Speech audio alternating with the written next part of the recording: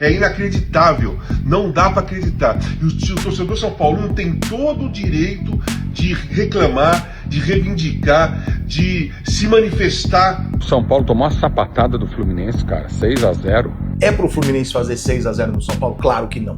É pro Fluminense fazer 6-0 no time C do São Paulo? Também não. Porra, também não. Muito bem, gente, eu tô aqui em Lima, no Peru, todo mundo sabe, né? Para fazer a final da Libertadores da América. O São Paulo tomou uma sapatada do Fluminense, cara, 6-0. Só que acontece, coisa que acontece, não pode acontecer, mas acontece. Só que a declaração do Luiz Gustavo, ela é muito, mas muito forte. Acompanha aí. Nada é por acaso. O dia de hoje não foi por acaso.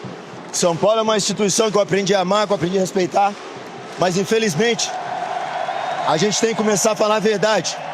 As pessoas que têm que vir começar a assumir algumas situações que nós estamos aqui fora botando a cara. A culpa é nossa. Nós jogadores que fizemos a merda que fizemos hoje, desculpa a palavra, mas eu acho que esse clube é um clube muito grande. Um clube que merece, de uma vez por todas, começar a ter uma direção, um plano claro. O que queremos do início ao fim de uma temporada, do que queremos como pessoas aqui nesse clube. Eu não sei o que eu vou fazer na minha vida no ano passado, pouco me importa, mas eu vou sair de cabeça erguida. E cabeça erguida para mim é ser honesto e sincero. Pedimos desculpa pela torcida, por todos, mas uma coisa é certa. Tá na hora do São Paulo começar a colocar as caras quem tem que colocar, assumir responsabilidades. Todo mundo tem responsabilidade. Assumir de cima para baixo para que esse clube possa realmente voltar a ser alguma coisa grande no futebol. Você acha que isso tem um problema que vem de cima da parte da diretoria, a parte das lesões? O que explica isso? Cara, eu aprendi na minha vida, quando eu erro, eu venho aqui, falo, peço desculpa, reflito o que eu tenho que fazer e melhoro. Tem coisas, como eu disse, eu cheguei no clube faz 2 anos, mas tem pessoas lá que vivem muito mais tempo que eu, que estão vivendo a mesma situação, e não dá mais. Acabou. Eu sou uma pessoa que vivo para melhorar, para evoluir. E espero que esse clube, como eu disse, é um clube apaixonante, um clube gigante, muito maior do que qualquer um que está aqui. Mas precisa realmente que as pessoas botem os pingos nos is para que isso aqui continue a evoluir como todos esperam. Olá pessoal, quero falar sobre o vexame, sobre a humilhação que o São Paulo sofreu no Maracanã, sofrendo uma goleada de 6-0 para o Fluminense do Zubeldia. Não teve jogo. São Paulo não viu a cor da bola, foi uma amassada, menos de 25 minutos do primeiro tempo já estavam 3-0, poderia ter terminado 6. O segundo tempo foi uma atropelada igual, uma amassada igual, o Fluminense fez mais 3, mas poderia ter feito mais 6.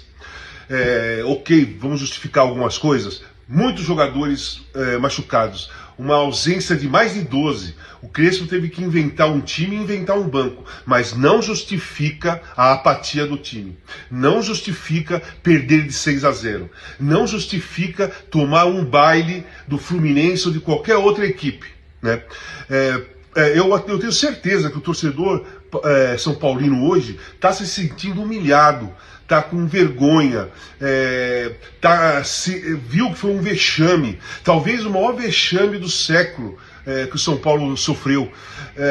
Um absurdo. O São Paulo está com uma crise administrativa e uma crise no campo que nunca vista. Eu joguei no São Paulo em 84, tá? Século passado. O São Paulo era exemplo de organização, era um exemplo de time de administração. Depois foi campeão do mundo 2-3 vezes, foi campeão de Libertadores, campeão de brasileiro várias vezes, e faz um tempo para cá o São Paulo começou a cair numa situação econômica e numa situação de campo que não dá para entender. O tamanho que o São Paulo tem está nessa situação. Não tem justificativa para o São Paulo perder de 6-0 para qualquer outro time que exista. Pode perder, pode o adversário dominar, pode o adversário ser melhor, mas fazer 6-0 do jeito que o Fluminense fez é inacreditável, não dá para acreditar. E o torcedor São Paulino tem todo o direito de reclamar, de reivindicar, de se manifestar pacificamente contra tudo que está acontecendo. O torcedor do São Paulo tem todo o direito disso, porque quando o São Paulo precisa, ele lota o Morumbi para apoiar o time em jogos decisivos, em Libertadores, em jogos de Campeonato Brasileiro, enfim, Copa do Brasil. O torcedor são paulino lota o Morumbi o tempo todo quando o time precisa. E agora o time não está correspondendo em campo. Foi vergonhoso. E só para finalizar, eu tô com essa camisa do Milan, lindíssima camisa do Milan, né? Olha aqui, dos anos 90 eu troquei quando eu joguei lá na Itália, joguei no Torino, joguei no Ascoli, eu troquei a camisa do Milan. Porque o Milan foi dominado pelo São Paulo na final do Mundial. O São Paulo ganhou por 3-2 de um grande Milan com Gullit, Van Basten e tudo mais. Então, para lembrar o São Paulino, para lembrar o São Paulo, que o tamanho que ele tem, é isso daqui, ó. Venceu o Milan do Arrigo Sacchi, lá do Capello, nos anos 90 por 3-2 e foi campeão do mundo. O São Paulo tem que dar a volta por cima. Não é possível ficar passando vexame como esse. Minha diretoria, Fluminense 6, São Paulo 0 no Maracanã, uma das maiores tragédias da história do maior tricolor do Brasil e uma das maiores vitórias do mais antigo tricolor do Brasil. Gostou dessa, né? Não podia, né? Não posso apanhar tanto numa noite só sem dar uma porradinha. Rapaziada, é o seguinte, o Fluminense retomou a fórmula do Mundial de Clubes, né? O Fluminense se encaixou, vive um grande momento de novo. O Zubeldia é um treinador que encaixou muito com esse time do Fluminense, porque o time do Fluminense que mais deu certo no ano foi o momento do Mundial. E o que o Fluminense fez no momento do Mundial? Ele se preservou e jogou quando ele podia, quando ele retomava a bola com velocidade e tal, mas ele não tentou jogar espetacularmente com a bola, com posse de bola. Ele não faz o que o Diniz, por exemplo, faz, e é por isso que eu acho que o Fluminense pode ter uma vantagem na semifinal da Libertadores contra o Vasco. O Vasco sonha, o Vasco acredita que ele pode jogar pra caralho.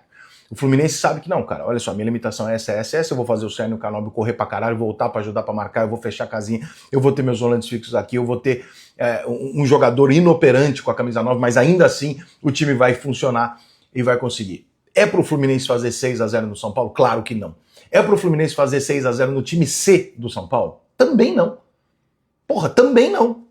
São Paulo pode perder o jogo hoje, é óbvio que o São Paulo ia perder o jogo hoje. Antes do jogo, até falei para meus amigos, falei, hoje é goleado, pega a escalação do São Paulo, 17 desfalques, gente faltando no banco porque não tinha jogador para pôr, é óbvio que o Fluminense vai ganhar o jogo hoje com muita facilidade. Mas, gente, peraí, a partir do momento que você faz 3-0, você sabe que você não tem time para virar, você tá jogando no Maracanã contra um time que tá bem, você vai ficar dando contra-ataque pros caras? Aí o time do São Paulo fez 9 faltas no jogo, não parou o jogo, não brigou pela bola, passivamente, e deu 8 contra-ataques pro Fluminense no segundo tempo. Eu contei. 8 contra-ataques pro Fluminense. Eu falei, você tá dando contra-ataque por quê? Você tá tentando fazer o quê? Você tá tentando virar o jogo? Já tava 4, você tá tentando fazer o quê?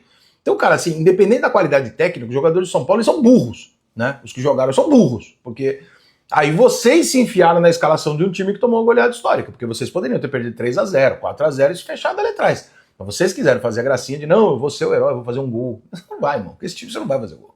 E aí entra a figura do Júlio Casares, que dá a entrevista que deu ontem falando sobre legado e gestão.